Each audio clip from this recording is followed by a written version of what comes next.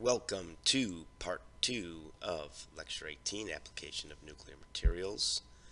The first part covered isotope production methods, neutron generators, ionization sources, and heat sources. Part 2 is going to discuss radiopharmaceuticals, including some discussion on production of radiopharmaceuticals and breaking radiopharmaceuticals into diagnostic and therapeutic groups.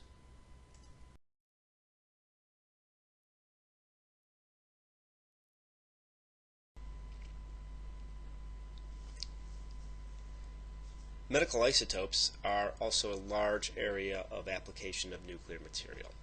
Again, as a review, there's two routes for producing medical isotopes: neutron reactions, where uranium is fissioned.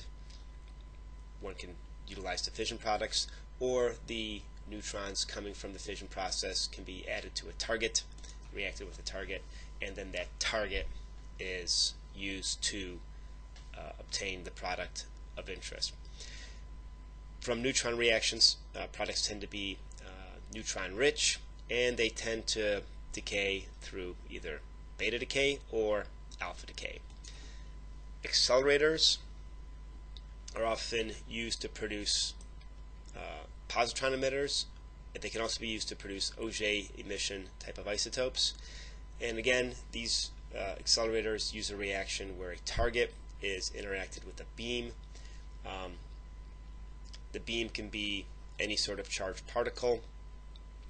Often some details are necessary within your target, such as cooling, either water or gas cooling, since these nuclear reactions tend to be energetic and form heat. A specific example for the production of medical isotopes is provided here for Astatine 211. This reaction is using a bismuth 209 target, helium projectile, 2N reaction to make the target radionuclide. This radionuclide, the Astatine 211, is then introduced to a monoclonal antibody. It's covalently bonded to this monoclonal antibody using the chemistry of astatine, and this production is performed at the UW Medical Cyclotron facility. The isotope production information is provided here, as using examples of some information discussed earlier in the course. These are some cross sections as a function of energy, and we see the cross section for this reaction goes up to about a barn for the bismuth 209. The alpha 2N reaction peaks at around 30 MeV, while the 3N reaction, as we discussed in some earlier lectures, would peak at a higher energy, and we see here it's at 40 MeV, and the cross section again is slightly over a barn. So one would surmise from this data that if one wanted to preferentially produce the Astatine 211, the preferred cross section would be on the order of 30 MeV. You see your cross section for the 3N reaction is very low, and it peaks for the 2N reaction. When astatine is bonded to the monoclonal antibody, the antibody can then travel to a cancer during the decay of the astatine, which has a 7.2-hour half-life. Decays by two routes: electron capture to polonium, very short-lived polonium isotope, half a second, which then decays to stable lead-207. This decays in alpha, so you have an electron capture followed by an alpha, or 42% of the time you get the Astatine 211 decaying to bismuth 207, and that bismuth 207 has a half-life of 38 years. So nominally this bismuth 207 would be excreted by the body. Some of the data on the therapeutic properties of the alpha particle from the astatine, the mean linear energy transfer is provided here, which is about 100 keV per micron, and the tissue range is on the order of 55 to 70 micron.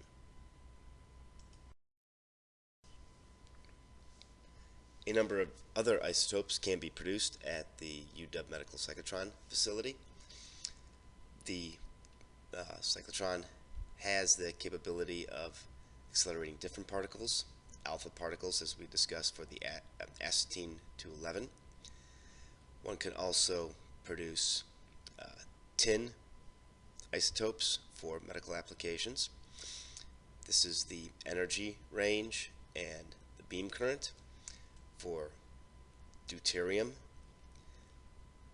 reactions, again, the energy range is from 13 to 24 MeV, and different isotopes can be produced, including neptunium-236, rhenium-186, and at some higher energies for proton, one can actually perform therapy with the proton itself, produce fast neutrons from the proton reaction, use that as a therapeutic tool, or use this route as production of Technesium 99M. And again, the Technesium and the rhenium are both group 7 elements and will have similar chemistries in radiopharmaceutical applications.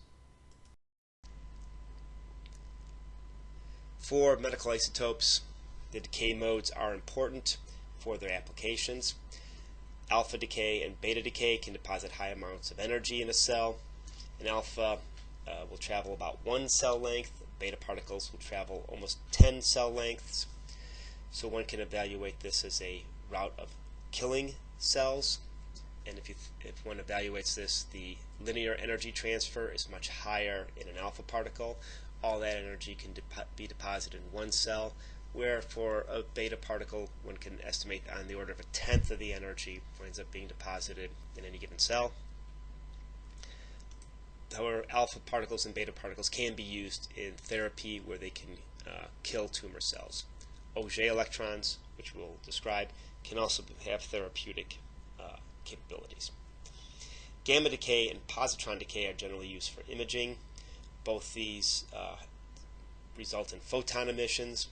The photons are detected external to the body, which can be used to image activities in the body, either image the location of a cancer or image the physiological behavior of a system.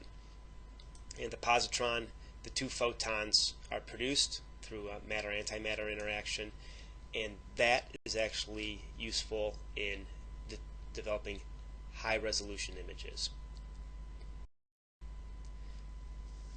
An overview of positron decay is shown here. The key is that there's a positron-electron interaction. This annihilates the antimatter positron with the matter electron. As shown here, you create two gamma particles, or two photons, that are at 511 keV. That's the mass of each one has a mass of the positron and a mass of the electron, and they're 180 degrees from each other. This allows a specific energy to be evaluated, the 511 keV, that's indicative of the positron decay. And the fact that they're 180 degrees from each other means that a coincidence system can be set up, and when the gamma particles, when the photons are detected in an array 180 degrees from each other, working backwards will give you the location where the positron decayed, and this can be used for high detailed imaging.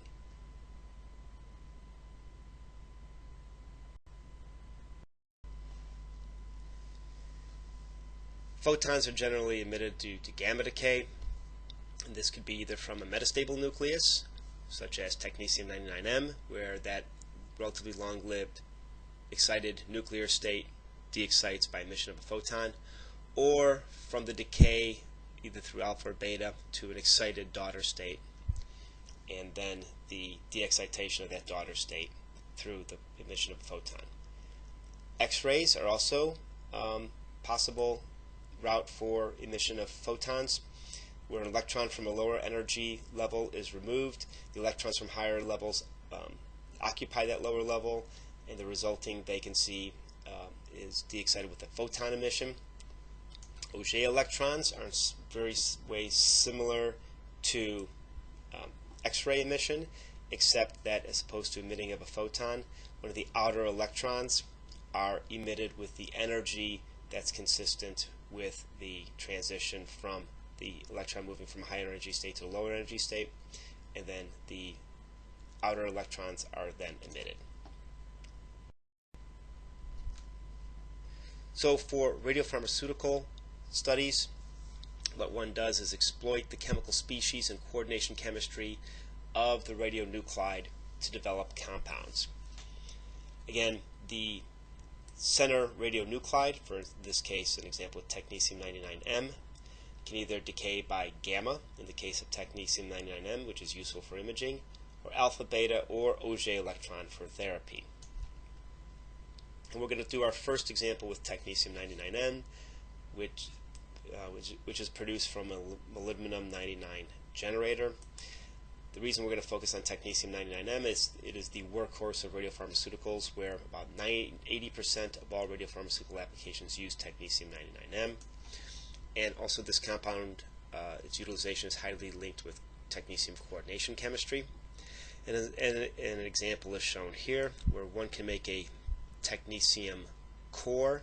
This technetium carbonyl can then be placed into a number of different ligand systems.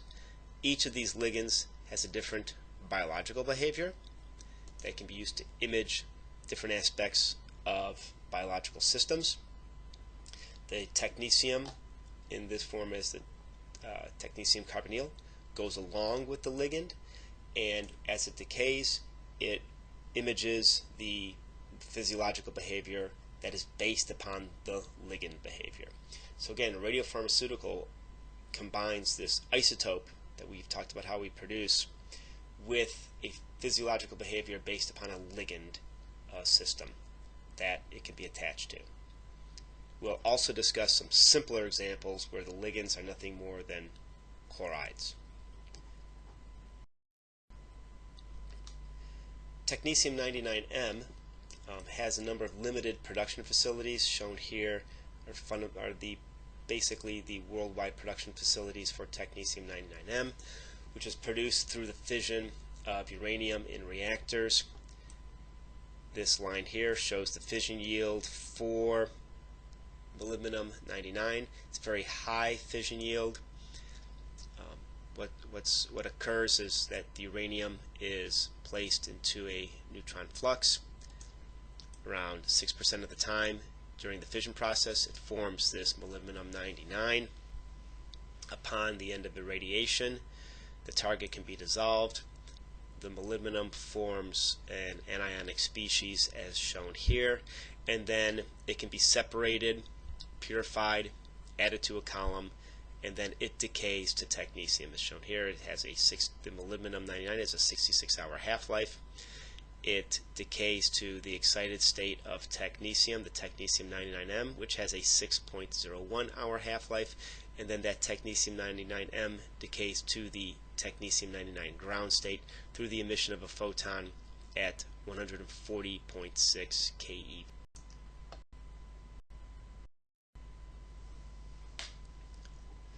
So these generator systems, which are used to produce Technetium-99m, are commercially available, and they're fundamentally aluminum. The whole process runs on aluminum chromatography, where after the separation, the molybdenum in the form of molybdate is sorbed to the column. Upon the decay of the molybdenum-99m to the protectatate, the protectatate is less strongly bound to this aluminum column since it is monoanionic. You can elute the protectatate from the column with normal saline solution, and as it comes out, the saline contains the technetium. Here is shown a growth and decay curve for molybdenum-99 and Technetium-99m.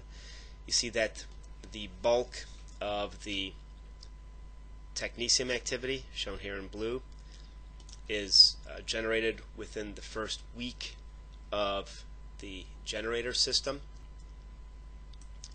So once the molybdenum is sorbed onto a generator, the generator can then be shipped to a hospital. The technetium is eluted. In the saline solution, it's added to a kit with an organic specific radiopharmaceutical, and that compound is then introduced into the patient to achieve some physiological imaging. An example of an imaging agent is shown here, Cardiolite. The compound of Cardiolite is shown here. As you can see, it's a cation. There's been 40 million applications of Cardiolite since the 1990s. This cation accumulates in metacardial membrane, and what this is used to do is to see how well heart muscle behaves, and it's used in cardiac stress test. So one can compare the uptake and behavior of the mitochondria, or the energy for a muscle is produced. You can see how well the muscle is behaving in a rest and exercise mode for the heart, and this is used medically to determine the health of the heart. Ceratec is another example of a technetium compound. This has the property of crossing the blood-brain barrier, and it can be used to image the function of the brain. So, for instance, it can be used to evaluate the presence of dementia.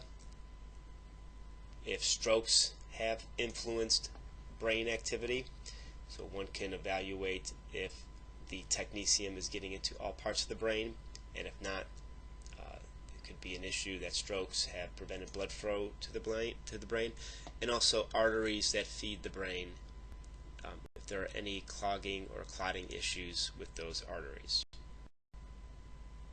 Other ligands that have been evaluated with technetium include this ATSM ligand. The technetium would sit right here in this metal in the ligand center, forming a metal ligand complex, and this is useful for imaging areas of low oxygen content in cells. So this is a way of imaging those areas of potentially damaged organs that are not able to repair themselves due to low oxygen levels. Other ligands, an example, a key ligand shown here called DOTA. Here's the structure of DOTA. Here's the chemical name of DOTA. DOTA is a widely used compound for coordinating metal ions. And then once coordinated, this ligand can be either introduced as itself as a radiopharmaceutical or attached to something such as a monoclonal antibody, which will have a response to go after certain tumors within the body. So for instance, if one has a monoclonal antibody for a specific tumor, one can tether a DOTA to the monoclonal antibody, incorporate a metal ion such as lutetium-177, actinium-225, that would be transported to the tumor site and then during the decay cause tumor cell death. Another isotope that's commonly used in therapy is iodine-131, and this is simply based upon the fact that the thyroid takes up iodine effectively. The iodine is introduced as a sodium iodide compound. There's no ligand needed. One just needs to limit the amount of iodine that's taken up prior to therapy, so that the iodine, so that the thyroid is not saturated with iodine. Now, iodine-131 is a major fission product. However, one cannot use fission iodine due to the presence of other isotopes, including iodine-129, which is a very long-lived isotope. Some of the data for iodine is shown here. Is a half-life of 8 days, decays down to xenon, also has gammas associated with it. These gammas are unfortunately responsible for external doses from the patients. However, they can also be used to image the uptake of the iodine-131 by the thyroid. Since fission product iodine cannot be used, neutron irradiation of tellurium is used to produce the iodine. Iodine is the daughter from the beta decay of tellurium-131, which is 25-minute half-life. So tellurium, elemental tellurium, which contains tellurium-130, is irradiated. That produces your tellurium-131. That decays with a 25-minute half-life to iodine-131. And the iodine can be separated from the tellurium either by ion exchange or distillation and then subsequent dissolution of the iodine. Similar to iodine-131, radium dichloride is a therapeutic agent. Radium-223 is the isotope that's used for this therapy. Has a half-life of 11.4 days, decaying to radon-119. The radium, this very simple compound, is used since radium is divalent, as is calcium. It'll go to the bone. So this compound, commercially called Xofigo, is used to treat pain associated with cancers of the bone, shown here. So the alpha particle has a very low range. The cancerous bone material is growing rapidly, uptakes the introduced radium-223, and upon the decay of the radium with the alpha of almost 6 MeV, induces cell death of the cancer. That has a palliative effect and reduction of pain. Radium-226 is produced from neutron radiation. The radium-223 is produced from the neutron radiation of radium-226. Radium-226 obviously will also go to the bone. However, its half-life is 1,600 years, so the specific activity is not nearly as high as the radium-223. And this is the decay. This is the capture, making radium-227, which undergoes beta decay to actinium-227, beta decay to thorium-227, and then alpha decay to radium-223. This is the first alpha-emitting radiopharmaceutical that's been approved by the U.S. Food and Drug Administration in an unsealed route. Other reactor-produced isotopes are shown here. Bismuth-213, an alpha emitter, is also used for targeted alpha therapy. Dysprosium-165 is used for synovectomy treatment of arthritis. So as a aggregate or as a colloid, it can go into the joints of arthritis and treat the pain. Erbium-169 has similar properties. Iodide-131, as we discussed, is used particularly for thyroid. Lead-212 is used in targeted alpha therapy. And lutetium-177, which is chemically similar to compounds such as actinium-225 or the other lanthanides, can be used as a therapy agent since it emits beta particles, but also has enough gamma for imaging while one does the beta treatment. So this isotope has this dual property where the gamma decay from its beta emission can be used to image its behavior. Some more reactor-produced isotopes, including rhenium-186. Rhenium is chemically similar to technetium, so those radiopharmaceuticals that are developed for technetium imaging can use rhenium as a therapeutic agent. Samarium-153 is also a lanthanide that has been explored for relieving pain in cancers and bones, similar to the Xofigo. And then an isotope of xenon is also used for pulmonary or lung ventilation studies, and yttrium-90 is being explored for liver cancer treatments. An example of a positron emitter is Fluorine-18, which is one of the largest used positron emitting isotopes. An example here is combining the Fluorine-18 onto glucose to evaluate brain behavior. The fluorine is cyclotron produced from the reaction of oxygen 18 with a proton neutron reaction with water as a target. Neon gas can also be hit with deuterium, an alpha product for the fluorine 18. The fluorine is separated from the target and then chemically reacted onto compounds, and in this case glucose. The half-life of this fluorine isotope is a little over 100 minutes, with a large percentage decaying through positron decay.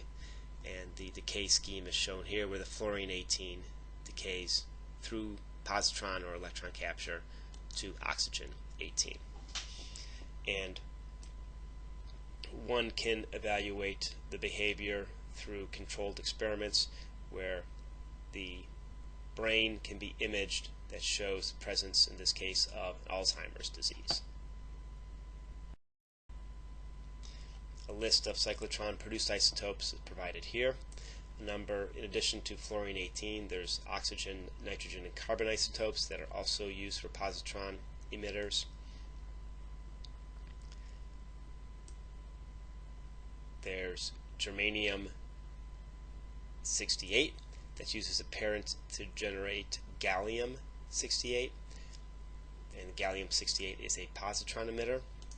Krypton 81 is also produced in a similar route from rubidium 81. The krypton gas can again yield functional images of the lung, and then thallium 201 can be used to diagnose coronary disease. It's commonly used as a substitute for technetium in stress tests.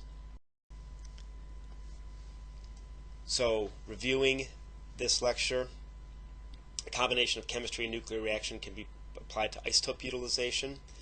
A number of nuclear reactions are possible, both neutron-based reactions and accelerator particle-based reactions. One can also isolate particles from isotopes from natural decay series. For instance, we didn't discuss in detail, but bismuth-212, which is a natural decay series, has the same sort of targeted alpha therapy properties as bismuth-213 and can be used as radiopharmaceutical. The interaction of the particles can be useful in evaluating material, the presence of water, the role of particles such as explosives or smoke, and also these particle interactions can be used to generate heat from the isotope itself, as an example with the plutonium-238 as a heat source and a thermoelectric generator for space travel. Radionuclides can be used for therapeutic and diagnostic applications. The radionuclide can be free or bound to a ligand. Often it's bound to a ligand, but we've discussed two cases of iodine and radium where it's fundamentally free. And this research that's ongoing can be used for a number of different radiopharmaceuticals. We showed a list of potential radiopharmaceuticals that can be used. However, the ones that we discussed in the lecture, iodine, technetium, fluorine, are the bulk of the radiopharmaceutical applications. And examples of questions you should be able to answer from this lecture. What nuclear reaction is used to make iodine-131 for therapy? Well, iodine-131 is a prominent fission product. However, other iodine isotopes also are produced through fission that are not suitable. So iodine-131 is produced from neutron capture on tellurium, particularly tellurium-130. The N-gamma reaction yields tellurium-131, which then beta decays to iodine-131. And 34% of tellurium is the 130 isotope. So this is actually a very reasonable route for the production of iodine-131. So what's the role of americium-241 in a smoke detector? The americium-241 provides the alpha sources, the alpha particles that ionize, that result in ionization. Generally, when there's no smoke present, the alpha particles are ionizing air. This creates a low current that is measured in the ionization chamber. When smoke enters the ionization chamber, this current is decreased since some of the ionized particles will absorb to the smoke, and this indicates that smoke is present with the resulting alarm from the smoke detector. What radium isotope is used in Xofigo, the allowed radium-based radiopharmaceutical, and that is radium-223. Its half-life is 11.4 days. That's a suitably short half-life as opposed to radium-226 with a half-life of 1,600 years. It wouldn't have the same specific activity. And our Technetium-99M radiopharmaceuticals, therapeutic or diagnostic. Technetium-99M decays by gamma emission, so they are diagnostic. Now, rhenium-186 can be used in conjunction or in the ligands that bind technetium. The rhenium and technetium chemistry is similar enough where this can be used as a route for a therapeutic treatment that can be imaged through technetium. When you have completed both lectures for Lecture 18, please comment on the blog and respond to the Lecture 18 PDF quiz.